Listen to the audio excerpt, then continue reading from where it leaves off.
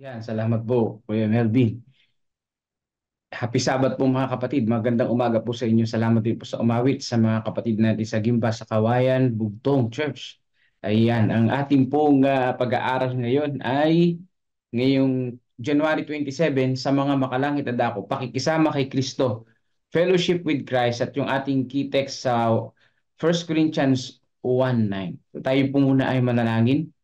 Aming Diyos na siyang aming tagapagligtas, kami po'y patuloy na lumalapit sa inyo at aming idinadalangin, O Diyos, ang aming pong pag-aaral ngayon pong umaga na ito. Inyo po nawang gabayan kami at igawad sa amin ng patnubay, O Lord, at bigyan kami ng karunungan nagmumula sa inyo upang kami po ay kayo po ay aming makasama palagi sa bawat araw ng aming buhay.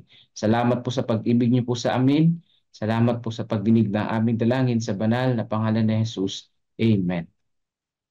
So ngayon ay talagang malamig ang panahon. Ngayon, pero mainit na pagtanggap mula sa ating pong Panginoong Diyos sa bawat isa sa atin.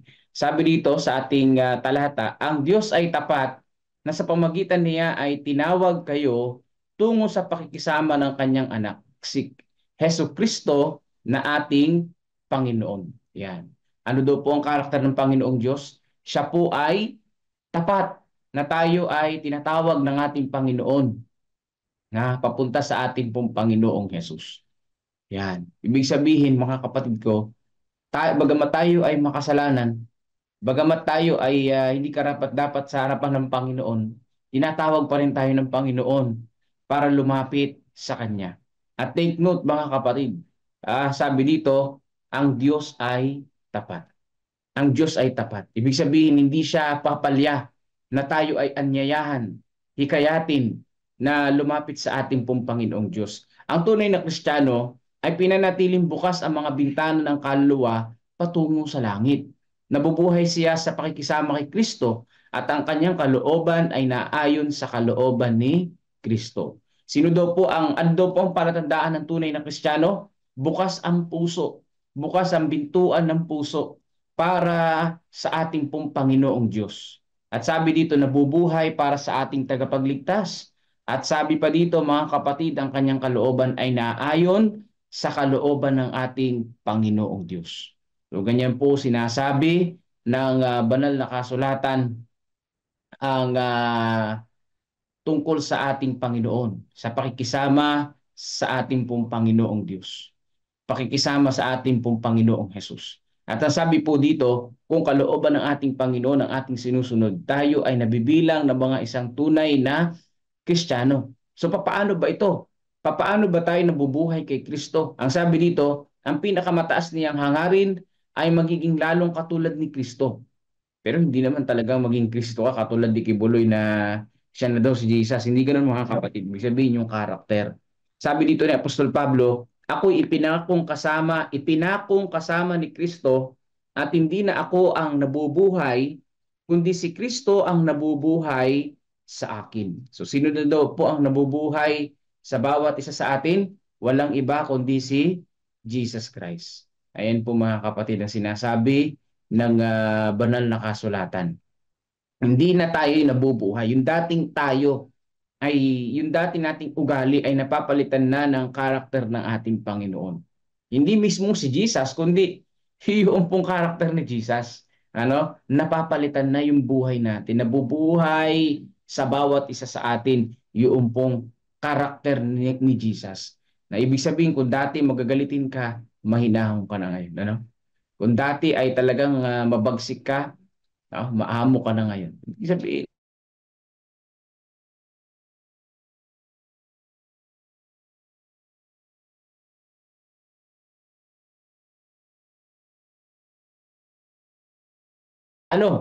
unti-unti na binabago tayo ng ating tagapagligtas. Taimtim at walang kapaguran, tayong magsikap na maabot ang pamantayan ng Diyos para sa atin. Dapat nating gawing ito hindi bilang penitensya, kundi bilang tanging paraan ng pagkakaroon ng tunay na kaligayahan. Ayan po mga kapatid, iba kasi yung nagpepenitensya sa ang hangarin mo ay magkaroon ng kaligayahan. Maabot yung pamantayan ng Diyos. No? Kasi yung iba allergic pag sinabing sumunod sa Panginoong Diyos eh. Allergic kasi yung iba ng mga Kristiyano na ay hindi na dapat sumunod sa Panginoong Diyos kasi ganito, ganyan. Akala nila pahirap, akala nila ay ito ay hindi ito ay parang penitensya, hindi po mga kapatid. Hindi dapat penitensya yung pagsunod sa Panginoong Diyos, kundi kaligayahan natin na sumunod sa Panginoon. So magkaiba yun, na pinahihirapan mo yung sarili mo para mag-gain mo yung favor ng ating Panginoong Diyos. Hindi yun mga kapatid, hindi yun yung punto, kundi ikaw ay maging masaya sa paglilingkod sa Panginoong Diyos. Maging masaya sa pagsunod sa ating pong tagapagligtas. Yun ang pinakamainam.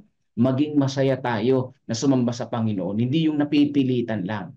Di ba? Hindi yung may gusto ka lang makuha. Hindi yung gusto mo lang maligtas.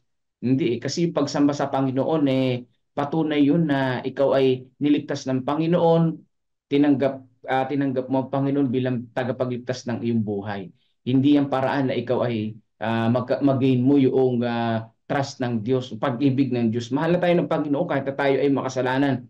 Yung pong pagsamba sa Panginoon ay bunga na tayo ay niligtas ng Panginoon, pinatawad sa ating mga kasalanan. Yan, dapat maging maligaya tayo. Hindi yung parang tulakan pa ang nangyayari.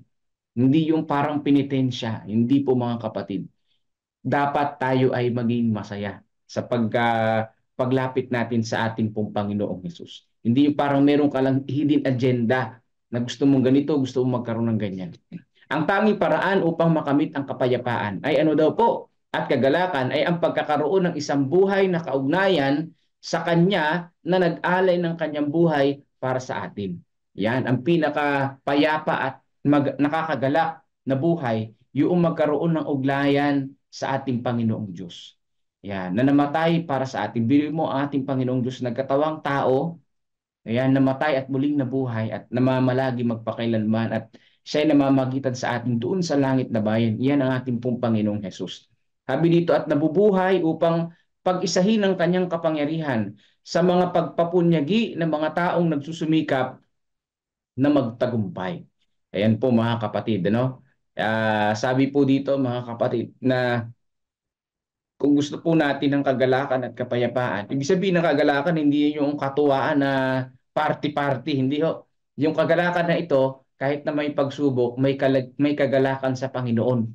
Dahil ang Panginoon ang tumutulong, umahon sa pagkakalugmok sa buhay. At kapayapaan na hindi mo iniisip yung mga bagay-bagay na problema, kundi ikay nagtitiwala sa ating pong Panginoong Diyos. Ang sabi po dito, magsumikap managumpay. Ibig sabihin, magsumikap na manampalataya, lumapit sa ating Panginoong Diyos, ang pinaka-the best. Ang kabanalan ay patuloy na pagsang-ayon sa Diyos. Hindi ba tayo magsusumikap na maging iyaong lubos na ninanais ni Kristo na marating natin, mga Kristiyano sa gawa at katotohanan, upang makita ng mundo sa ating buhay ang isang paghahayag ng nagliligtas na kapangyarihan ng katotohanan. Sabi po dito, ang kabanalan ay patuloy na pagsang-ayon sa Diyos. Ayan pala yan, ano? Minsan, naisip natin yung kabanalan, kailangan wala kang pagkakasala, kailangan mabait na mabait ka. Yung banal talagang kailangan lagi kang may hawak ng Bible, banal na banal ka pagka ganun. Pero yung interpretasyon ng kabanalan mga kapatid, yung patuloy na pagsang-ayon sa Diyos. Maaring hawak mo Bible mo, maaring lagi ka nagsisimba, maaring lagi ka nagpipinitensya at masasabi mong banal ka. Buhusan ka ng holy water masabi mong banal ka. Hindi ho, kailangan sumasang-ayon ka sa Panginoong Diyos, sa kanyang mga sinasabi, sa kanyang mga utos sa banal na kasulatan. Dahil marami ang mga relihiyoso, pero hindi naman sang-ayon sa utos ng Panginoong Diyos. Di ba? Marami ang nangangaral na hindi na dapat sundin ng kautusan ng Panginoon. O, hindi ganun mga kapatid. Kailangan sumasang-ayon sa Diyos. Yan yung interpretasyon ng kabanalan dito sa mga makalangit na dako sa ating pong devotional. At siyempre sa banal na kasulatan, di ba? Ang kabanalan ay pagsunod sa Panginoong Diyos. Kasi di ba, yung bayan ng Israel, gumawa sila ng Diyos-Diyosan. Banal ba sila noon? Sumamba sila, nagkatuwaan sila, nag-alay sila ng peace offering. Pero sumasamba sila sa Diyos-Diyosan. Hindi tinanggap ng Panginoon ang kanilang pagsamba. Dahil pagsamba yun sa Diyos-Diyosan, mga kapatid. Di ba? Pagsamba yun sa Diyos-Diyosan. Hindi yung pagsang-ayon sa Diyos. Dahil ang tunay na kabanalan, pagsang-ayon sa ating pong Panginoong Diyos. Yan. Ang mundong ito ang ating paaralan ng paghahanda. Bakit paghahanda? Ano yung paghahandaan? Dahil darating si Jesus Christ na iniantay natin diyan sa langit na bayan, diyan sa alapaap at dadalhin tayo sa langit na bayan. Ang mundo ay pansamantala lang. Ang buhay natin ay pansamantala lang. Pwede tayong mamatay anytime. Pwede tayong mawala anytime dito sa mundong ito, di ba? Habang narito, magdaranas tayo ng mga pagsubok at kahirapan. Patuloy na sisikapin ng kaaway ng Diyos na ilayo tayo sa ating katapatan. Ngunit habang kumakapit tayo sa Kanya na magbigay ng Kanyang sarili para sa atin, ay ligtas tayo. No? Sabi po dito, habang tayo kumakapit sa ating Panginoong Diyos, ay ligtas tayo. Kailangan patuloy na sikapin na lumapit tayo sa Diyos at lumayo sa kaaway. Pag sinabing lumayo, consistent tayo mga kapatid. Hindi yan isang beses lang. Hindi yan isang beses lang mga kapatid, no? Yung paaralan sa mundong ito, paaralan ng paghahanda, kailangan dito matutunan natin na tuloy-tuloy na lumaban sa buhay, tuloy-tuloy na humawak sa ating Panginoong Diyos. Ayan, dapat matutunan natin. Ibig sabihin, kahit na anong pagsubok, kahit anong suliranin, nakakapit sa Panginoong Diyos na, na nananampalataya sa ating Panginoong Diyos. Bakit mga kapatid? Dahil kung bibitaw tayo ng isang beses, ay tuloy-tuloy yung paglalamig natin pagka ganun. Ayan. Kaya sabi dito mga kapatid ko, no, uh, lumayo sa kaaway at patuloy na lumapit sa Panginoong Diyos. Kumapit sa Kanya sa sanlibutan na ito na mabilis ang usad, mabagyong mga pagsubok, mabagyong mga problema, pero meron tayong Diyos na tapat at buhay na mapagmahal na tutulong kakalinga sa bawat isa sa atin. So ito pong sanlibutan na ito na nandito tayo, ito'y paaralan ng paghahanda sa pagsalubong natin sa Panginoon. No, hindi tayo permanent dito. Tayo ay pansamantala lamang. Na tipon ang buong mundo sa yakap ni Kristo. Namatay siya sa krus upang sirain siya na may kapangyarihan ng kamatayan at alisin ang kasalanan ng bawat kaluluwang sumasampalataya. Sabi po dito mga kapatid, no, si Jesus Christ namatay dahil sa pag-ibig niya na nakabase sa biyaya ng Panginoong Diyos. Dahil sa kahabagan ng Panginoon, siya ay namatay para sa bawat isa sa atin upang tayo ay maalis sa kapangyarihan ng kasalanan, no, sa kapangyarihan ng kamatayan. Ibig sabihin, gusto ng Panginoon na tayo ay magkaroon ng buhay na walang hanggan. Pero dapat tayo ay malinis. Oo nga, no? Pwedeng bigyan agad ng Panginoon ng buhay na walang hanggan ang mga tao sa panahon ni Adan at ni Eva nung nagkasala sila. Kasi bukod doon sa puno ng pagkakilala ng mabuti at masama, sabi doon sa Genesis, merong ginawardyahan ang Panginoong Diyos. Pinagwardyahan niya sa kanyang mga anghel at itinaboy ang mag-asawa sa halamanan ng Eden. Baka sila ay makakain ng prutas ng buhay. Nung napagkakinain nila yon, walang hanggan ng buhay nila na may kasalanan. Yun ang ayon ng Panginoong Diyos. Oh, ibig sabihin, pwede kang bigyan agad ng buhay ng Panginoon sa isang prutas lang. Hindi na kailangan mamatay ng Panginoon sa krus ng Kalbaryo kung tutuusin. Di ba? Pero hindi yun ang ginawa ng Panginoon eh. Hindi yun ang kalooban ng Diyos. Gusto niya, kapag ka tayo ay magkaroon ng buhay na walang hanggan, nilinis tayo sa ating mga kasalanan. No? Nilinis tayo sa ating mga kasalanan. Iyon ay magagawa lamang ng dugo ng ating Panginoon at hindi yung prutas ng buhay doon sa halamanan ng Eden. Kasi ang mangyayari doon, magkakaroon lang tayo ng buhay na walang hanggan, pero yung kasalanan nandito pa rin sa atin. Pero mo, hindi ka mamamatay, pero may cancer ka, pero lumpo ka, hindi ka mamamatay. Oh, yun ang mangyayari diyan. Oh, yun ang ayaw ng Panginoon. Maghihirap ka habang buhay pero hindi ka mamamatay. Gusto mo ba yun? Gusto mo bang ganun, mga kapatid? No? Nagsasuffer ka ng severe head injury, pero hindi ka mamamatay. Grabing paghihirap ang mangyayari nun sa tao. Walang kagalingan kasi ang sakit walang kagamutan eh. Kapag ka nagkasakit na ang tao, wala ng kagamutan yan. Hindi na kayang gamutin yan ng sensya habang buhay na yan. Pagka ganun, pag nasira mo ang katawan mo, ikaw ay umihit ng kung ano-ano, umiinom ng kung ano-ano na hindi naman kalooban ng Panginoong Diyos. Sinira mo yung katawan. Maraming mga ganyan mga tao, sinisira ang katawan nila kapag nagkasakit. Ayun na, ayun, nagpupuyat hanggang umaga yung pagpupuyat. Sinisira yung katawan. Eh kapag ka nagkasakit na, talagang mahirap na yun, mahirap na yung gamutin. No, habang buhay kang may sakit, habang buhay kang may buhay. So hindi yun ang gusto ng Diyos. Hindi yun ang kalooban ng Panginoon. Kundi ang kalooban ng Panginoon, si Kristo'y namatay para sa atin.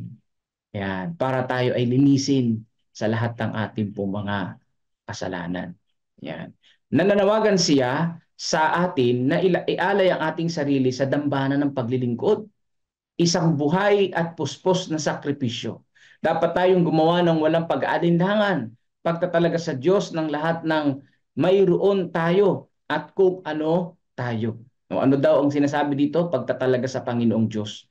Pagtatalaga sa Panginoon na maglingkod sa Panginoong Diyos. No? Na tayo ay maghanap din ng mga nawaglit na kaluluwa upang pabalitaan sila ng mabuting balita tungkol sa ating pong Panginoon. Tulungan nawa tayo ng Panginoong Diyos. Sabi dito, huwag tayong mag-alinlangan. Tayo ay patuloy na manampalataya sa Kanya. Sa mga mababang paaralang ito ng lupa, ay dapat nating matutunan ng mga aral na maghahanda sa atin sa pagpapasok sa mas mataas na paaralan, kung saan ang ating edukasyon ay magpapatuloy sa ilalim ng personal na pagtuturo ni Kristo. Nakita mo yan, mas mas matindi ito, no? 'Di ba nag-aral tayo hanggang 4 years, yung iba nga 10 years pa nag-aaral ay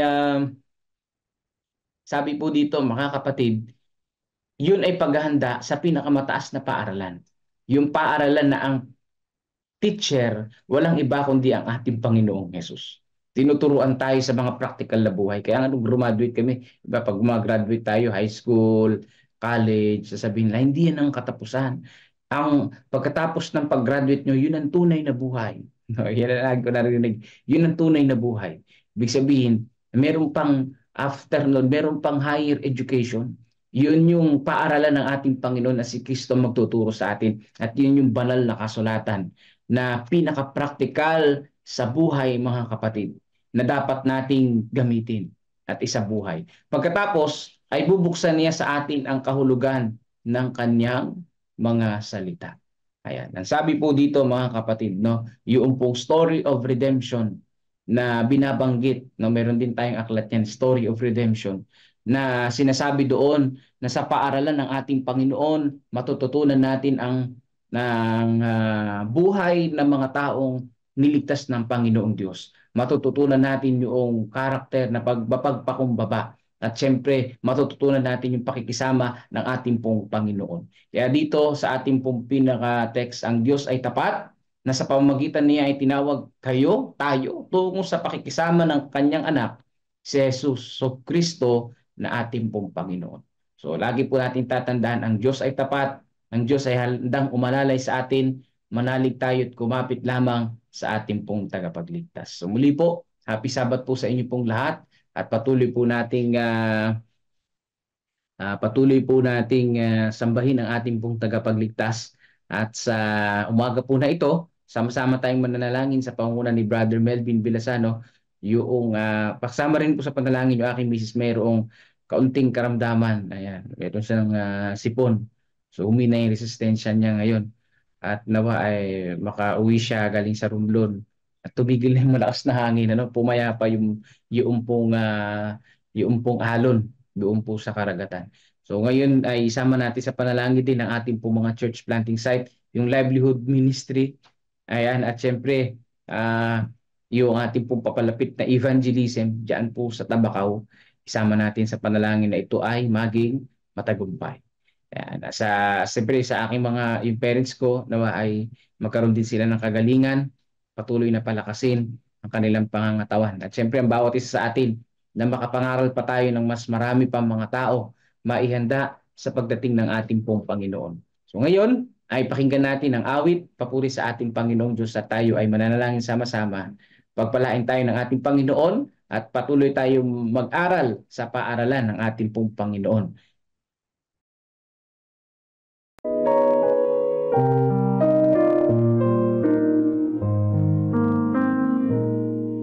When you're drowning deeply, lost in sin, when you're troubled, feeling the pain, call unto Jesus, He will be waiting, He will be there. Put your trust in Him.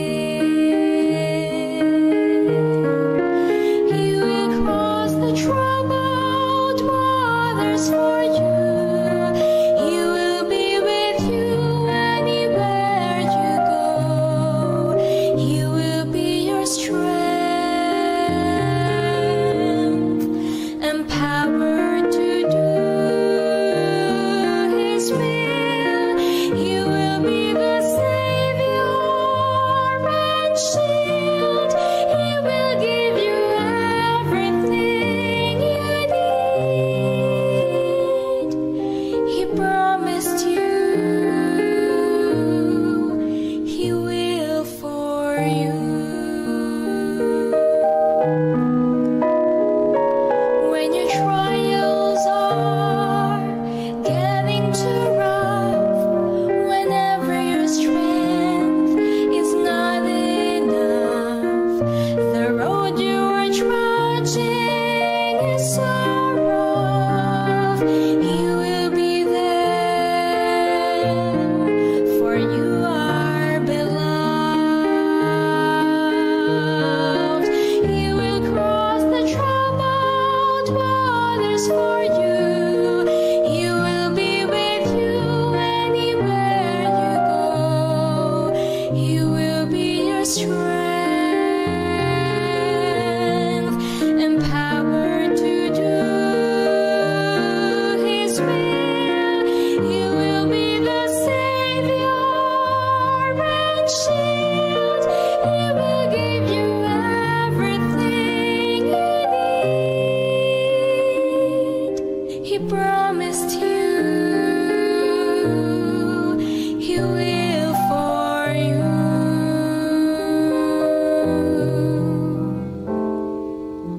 He promised you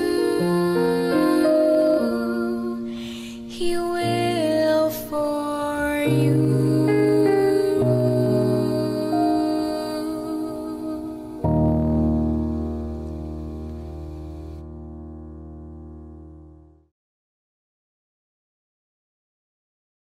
Amen mga kapatid. He promised you, He will for you. At kailanman mga kapatid, ang pangako ng Panginoon na hindi napapako. Pag sinabi niyang He will for you, He will really do it for you. Ano po? Tutulungan ka niya anumang hirap ang pinagdaraanan na dumarating sa iyong buhay. Ituon mo lang ang iyong sarili sa Kanya. Ano po? Isang napakagandang pangako yan. Tunay yan. Ano? Naranasan ko yan na talaga namang kapag pala sinuko mo ng tuluyan ang iyong buhay sa Kanya at ikaw ay tutulungan talaga niya. Ano po?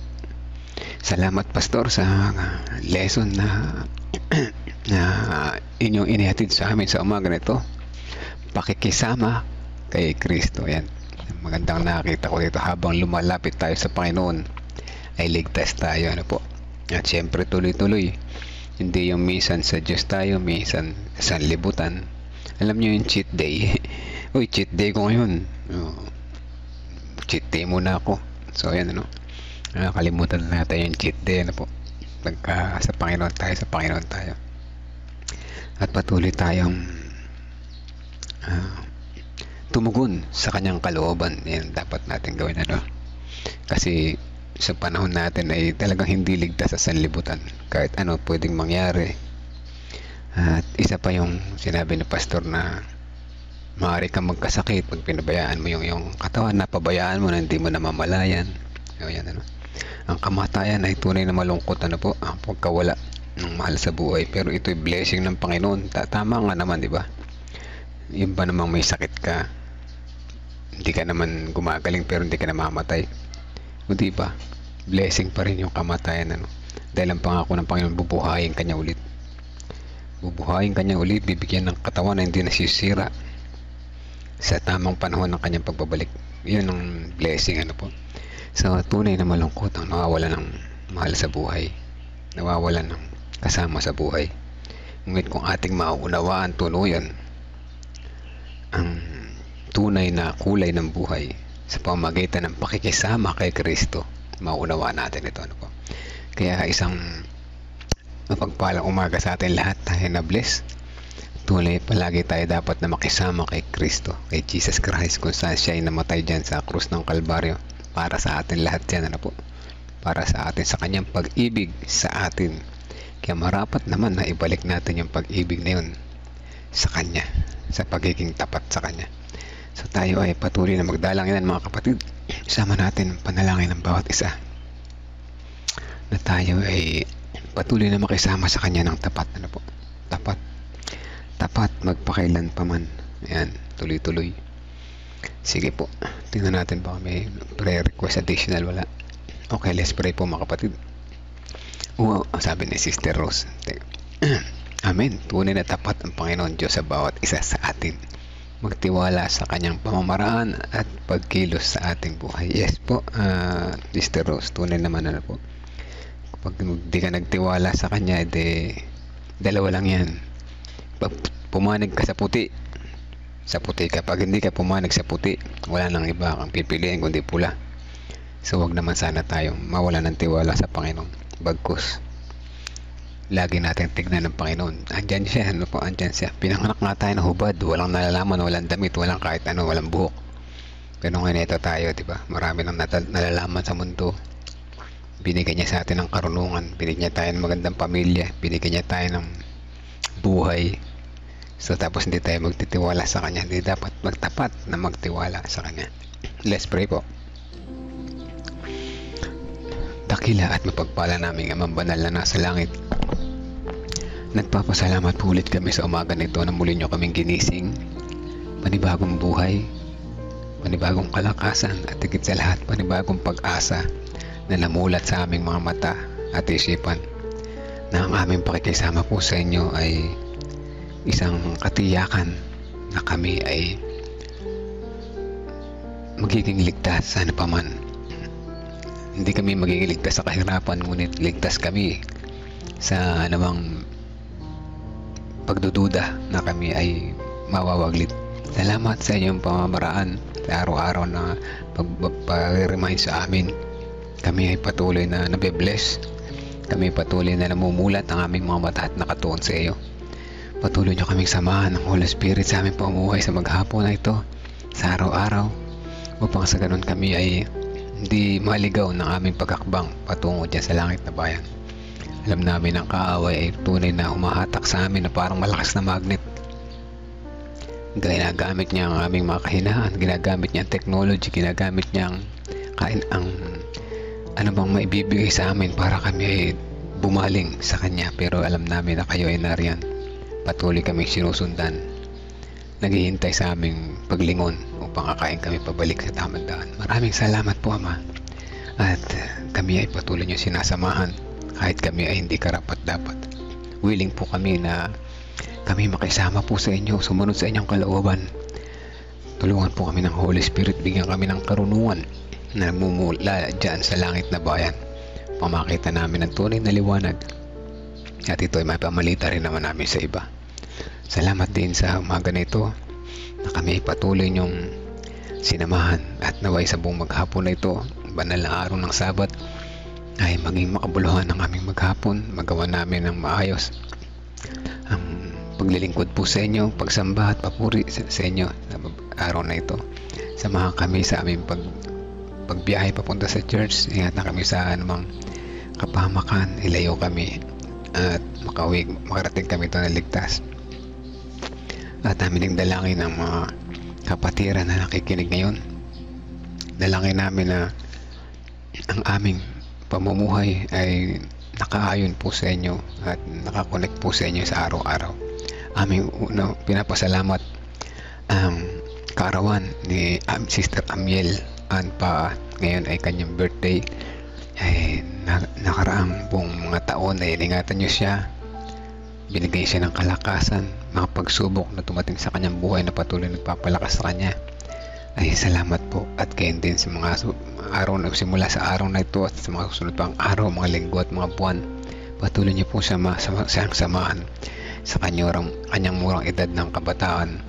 Sa nawa ay makita niya ang liwanag na mula sa inyo patuloy, at makita niya ang tunay na kulay ng buhay, na kayo ang nagkulay at kayo ang gumawa at kayo ang kanyang sambahin patuloy, at huwag siyang matangay ng mga pagsubok sa buhay.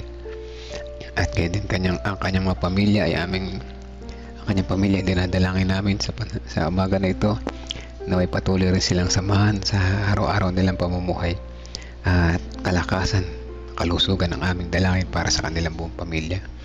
Amin din patuloy na sinasama sa panalangin si Ma'am Karin, at siya ay may sipon at sa pakiramdam sa umaga na ito, naway hipuin siya na niya mapagpagaling na kamay. Kaya hindi naman ang iba pa naming kapatiran, dahil sa malamig na panahon maraming nagkakasipon at nagkakaupo.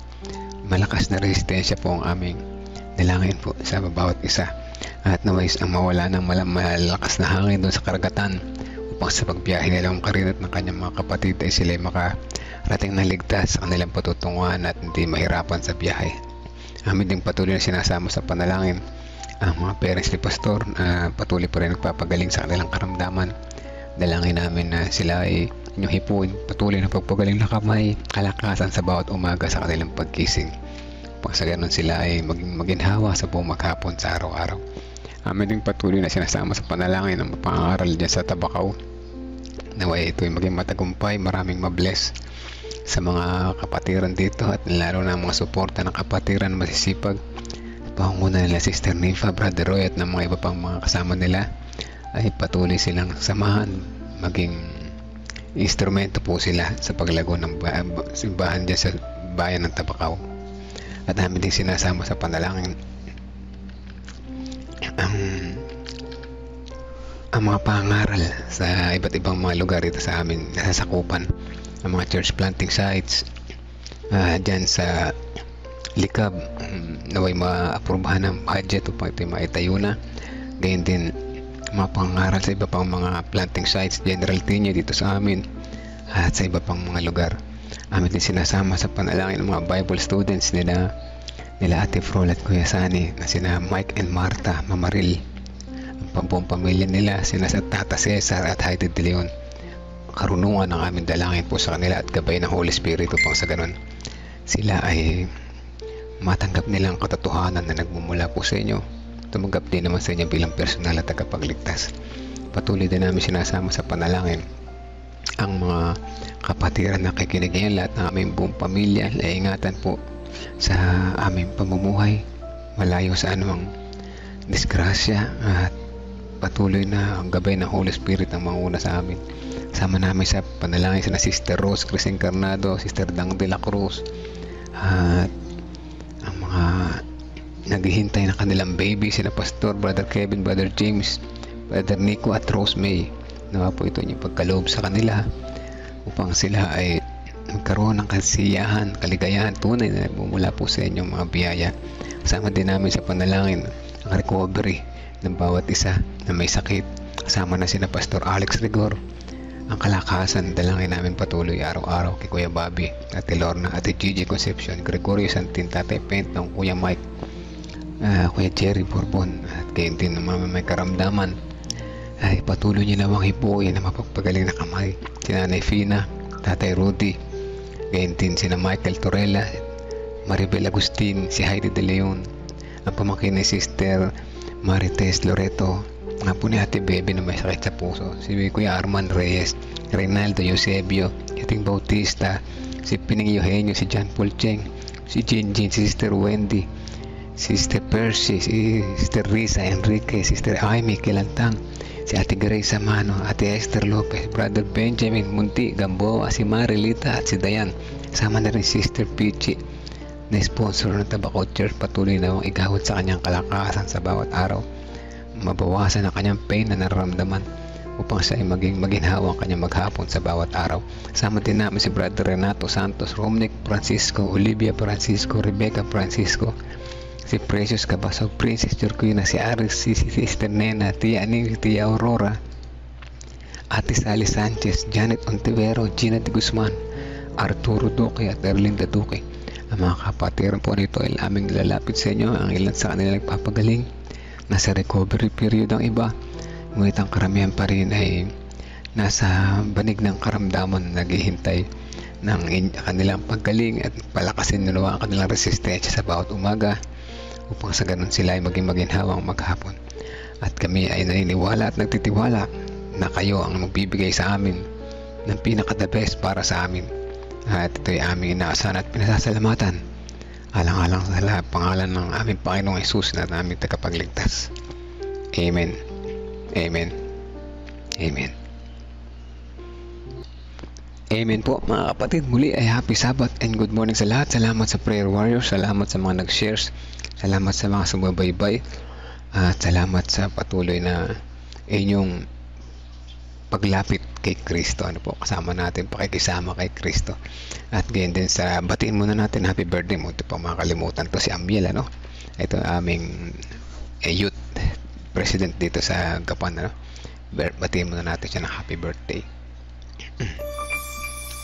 Happy birthday to you. Happy birthday to you. Happy birthday, happy birthday. Happy birthday to you. Happy birthday to you. Happy birthday to you. Happy birthday, happy birthday. Happy birthday to you.